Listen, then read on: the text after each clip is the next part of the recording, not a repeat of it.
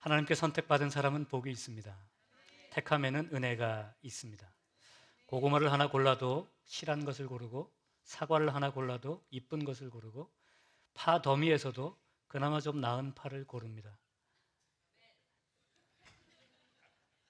그런데 하나님은 전혀 볼품없는 우리를 고르셨습니다.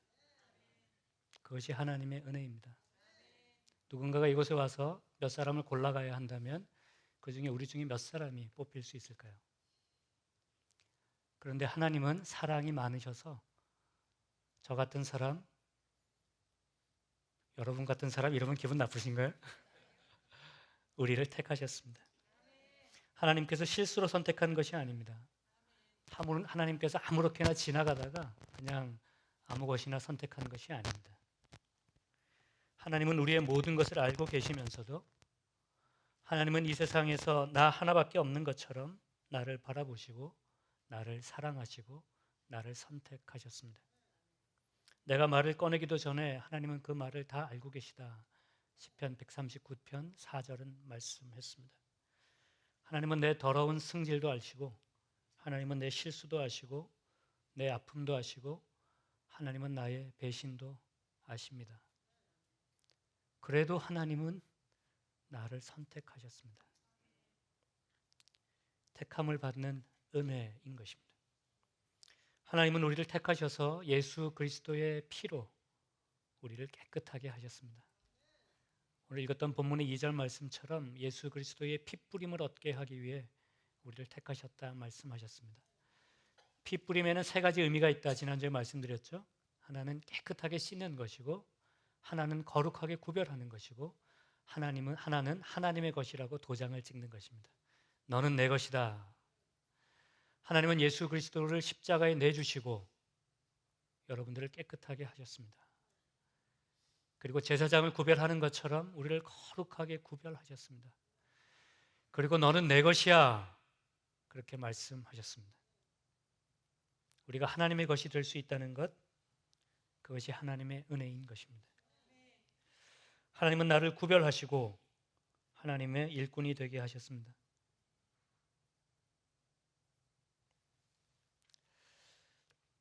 도대체 우리가 무슨 자격이 있어서 하나님께서 우리에게 하나님의 일을 맡기실까요? 도대체 우리가 무슨 자격이 있어서 우리에게 아름다운 자녀를 주시는 것일까요? 도대체 우리에게 무슨 자격이 있어서 평생을 같이 할 배우자를 주시는 것일까요? 그것은 우리가 무슨 자격이 있어서가 아니라 하나님께서 주신 순전한 은혜인 것입니다. 우리를 하나님의 것으로 삼으신 하나님께서는 이스라엘을 향해 이렇게 말씀하셨습니다. 야곱아 너를 창조하신 여호와께서 지금 말씀하시느니라. 이스라엘아 너를 지으신 이가 말씀하시느니라. 너는 두려워하지 말라. 내가 너를 구속하였고 내가 너를 지명하여 불렀나니 너는 내 것이라. 내가 물 가운데로 지날 때에 내가 너와 함께 할 것이라. 강을 건널 때에 물이 너를 침몰하지 못할 것이며 내가 불 가운데로 지날 때에 타지도 아니할 것이요 불꽃이 너를 사르지도 못하리니 대저 나는 여호와 내 하나님이요 이스라엘의 거룩한 이요 내 구원자임이라. 바울은 그래서 나는 사나 죽으나 주의 것입니다 고백하며 살았습니다. 우리가 살아도 주를 위하여 살고 죽어도 주를 위하여 죽나니 그러므로 사나 죽으나 우리가 주의 것이로다. 로마서 14장 8절 말씀이죠. 하나님 저는 살아도 좋고 죽어도 좋습니다. 하나님 살게 하시면 살고 죽게 하시면 죽겠습니다. 왜냐하면 저는 하나님의 것이기 때문입니다. 그 축복을 주시기 위해 예수 그리스도는 십자가에 달리셨고 그 피로 우리를 덮어 주셨습니다. 그것이 하나님께서 우리를 선택하신 방법입니다. 지난주에 선교사님 한 분을 만났습니다. 오랫동안 알고 있던 분인데 그분이 식사하고 이야기하면서 너무 가슴 아파하셨어요. 오늘날 하나님께 드리는 예배가 너무 얕다. shallow. It's too shallow. 너무 가볍다. It's too light. 하나님께 정말 하나님 앞에 가서 하나님의 은혜를 경험하고 하나님을 만나고 그리스도의 은혜로 내 영혼이 젖고 그렇게 하나님 은혜에 푹 잠겨야 되는데 오늘날 예배는 그냥 휙 지나가는 인스턴트 식품 같다는 것입니다. 그러면서 루마니아 얘기를 하셨어요. 루마니아에 가셨는데 거기는 예배를 3시간을 드린답니다. 죽겠죠 지금. 저희 같으면 뭐 3시간 그런 게 누가 가냐고. 3시간 중에 앞에 1시간은 찬양을 한답니다. 크게 찬양하지도 않아요. 떠들 뭐 이렇게 떠들지도 않아요. 그냥 조용히 하나님을 찬양하며 하나님 앞에 나아갑니다. 1시간 동안. 그리고 30분을 기도한답니다. 한 사람이 일어나서 기도하고 또 같이 기도하고 그중에 또 기도하고 싶은 사람 또 한 사람이 일어나서 기도하고 30분을 기도하고 30분이 지나면 또 30분 동안 교제하는 겁니다.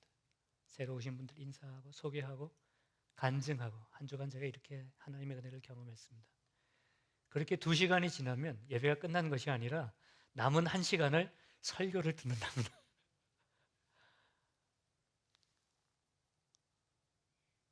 그분이 이야기하신 이야기 중에 그 말씀을 들으면서 그분이 하신 이야기가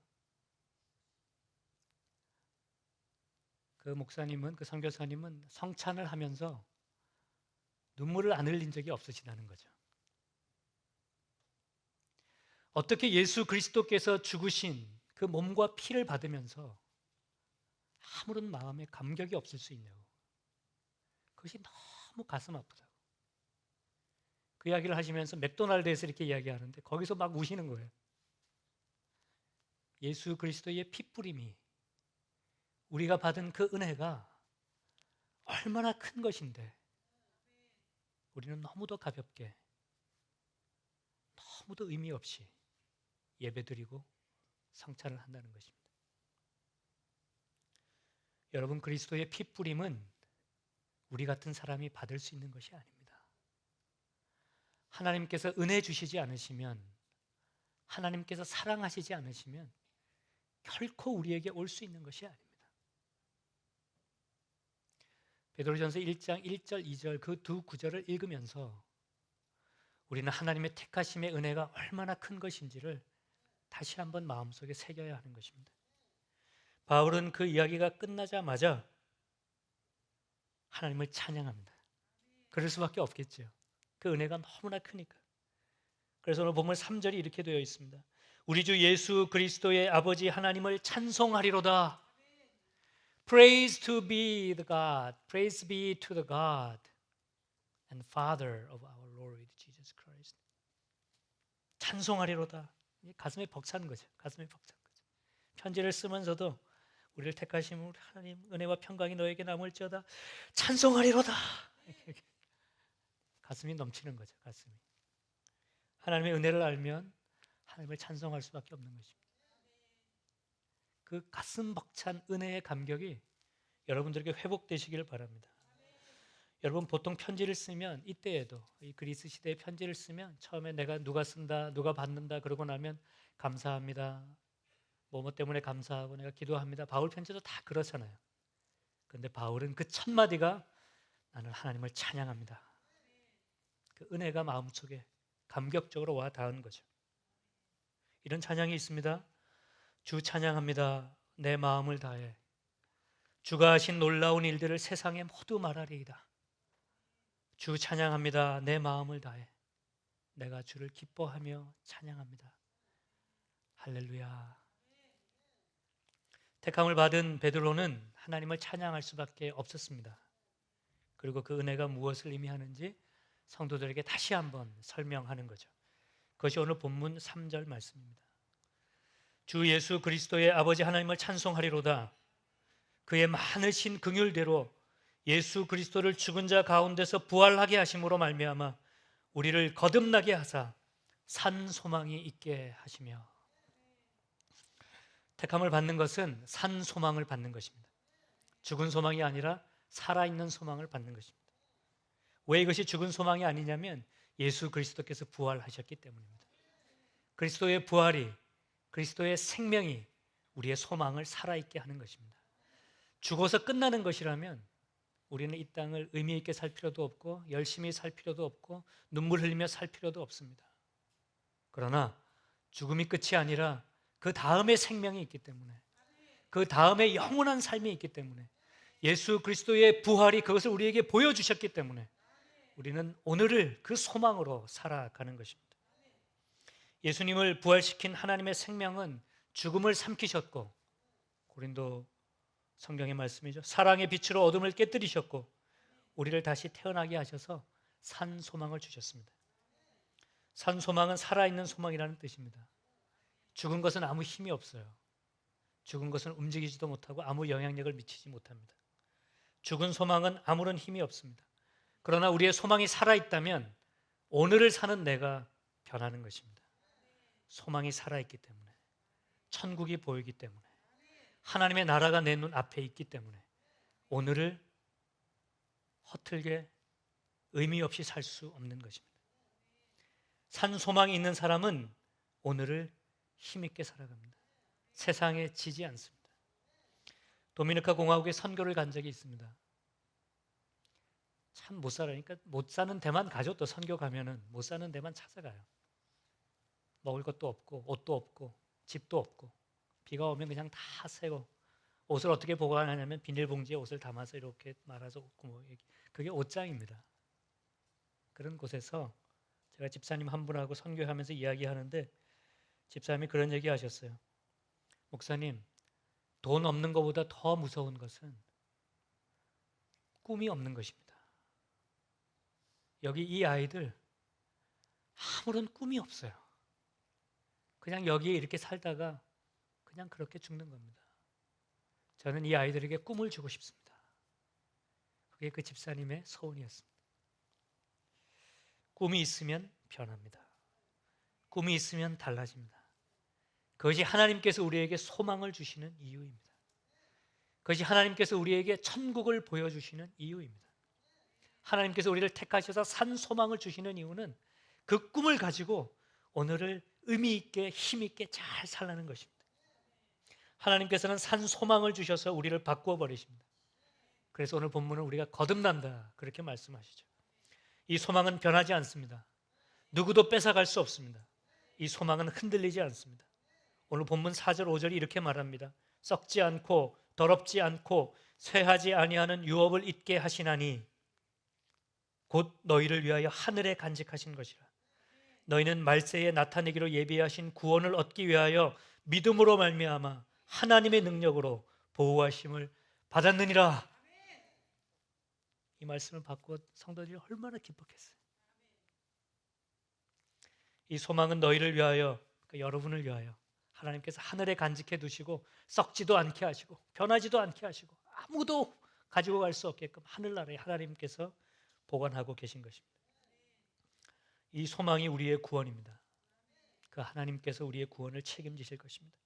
그러니까 택함을 받는 것은 산 소망을 받는 것이고 이 산 소망을 받는 것은 구원의 확신을 받는 것입니다.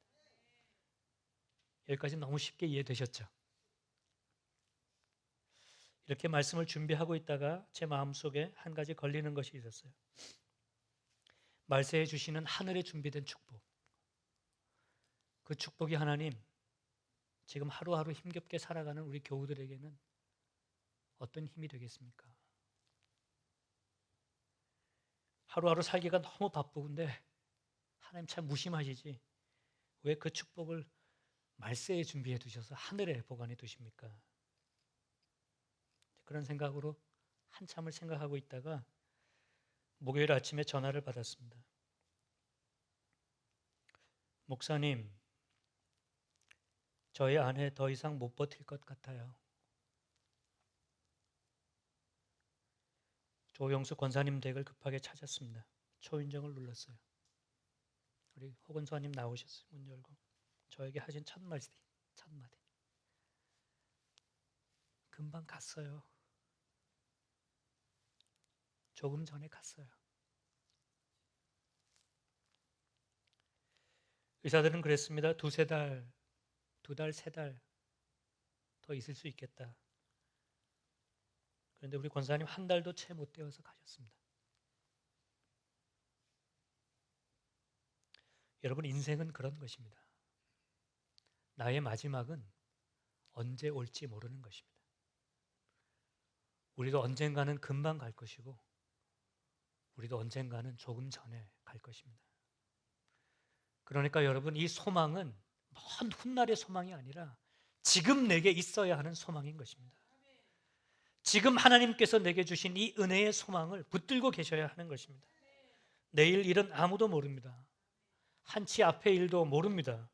그것은 하나님 손에 있습니다. 우리는 내일도 똑같이 해가 뜨고, 내일도 똑같이 내가 눈을 뜨고, 내일도 내가 똑같은 곳에서 똑같은 사람들과 똑같은 일을 하고 있을 것이라고 하는 정말 위험한 상상을 하며 하루하루를 살아가는 것입니다. 여러분, 내일은 우리 손에 있지 않습니다. 그렇기 때문에 마지막 때 말세는 우리에게 지금 이 순간입니다. 지금 이 순간에 우리에게는 산 소망이 있어야 하는 것입니다. 나는 지금 죽어도 하나님께 택함 받은 사람이라고 하는 그 믿음이 있어야 하는 것입니다. 나는 지금 죽어도 하나님의 것이라고 하는 그 진리가 내 마음속에 있어야 하는 것입니다. 나는 지금 죽어도 하나님 나라에서 눈을 뜰 수 있다고 하는 확신이, 그 산 소망이 지금 여러분들에게 필요한 것입니다. 우리에게는 그 구원이 지금 필요한 것입니다. 여러분, 그 산 소망을 붙드시기 바랍니다. 우리 권사님은 그 소망으로 영광스럽게 하늘나라 가셨습니다. 지지 않으셨어요. 세상 어떤 것도 조용석 권사님을 이길 수 없었습니다. 사랑하는 여러분, 오늘도 그 산 소망을 붙드시는 여러분들 되시기 바랍니다. 지금 우리에게 필요한 것은 바로 그 소망인 것을 잊지 마시기 바랍니다.